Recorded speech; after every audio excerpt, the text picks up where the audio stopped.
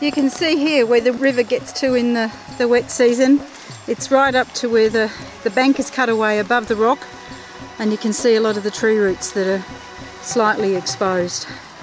We're just coming into the village of Dengaguda. This is the total water supply that they had until the bore well was completed. As we walk closer to the village, you'll see there's a little bit more, and that's where they used to wash their pots and their pans, wash themselves and get their drinking water. This is their water supply. They were drinking from here, they were washing their pots here, and they were washing themselves here.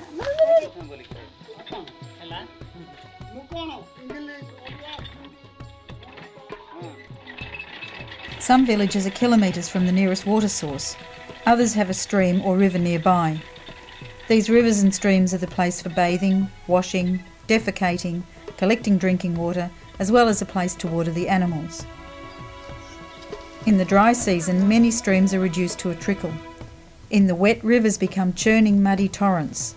River banks are extremely dangerous, with slippery sides and no safe places to collect water.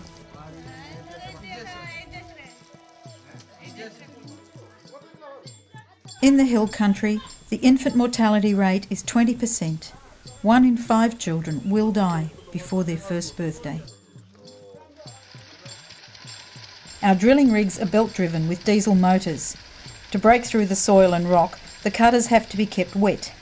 Water has to be carried from the closest source.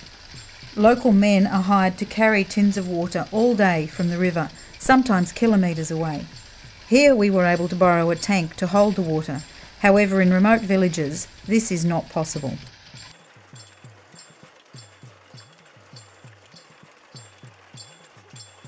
Two men work on the hand pump to pump the water to keep the cutters, soil and rock wet.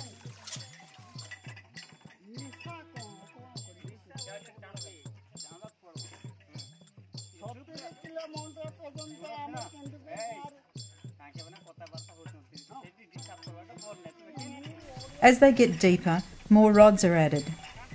Each rod is raised and removed till the cutter is brought to the surface, then cleared of soil and rock, and then the process is reversed and the drilling recommences.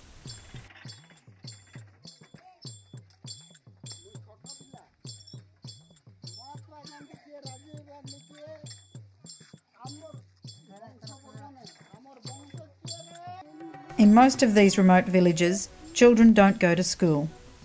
A 6-year-old can look after his or her siblings, allowing mum to go back to work in the fields or jungle. Girls are rarely educated. It's considered a waste of money, as they are married off at about 13. In one area, there are 3 villages about 1.5 kilometres apart. 104 children from these villages have never been to school.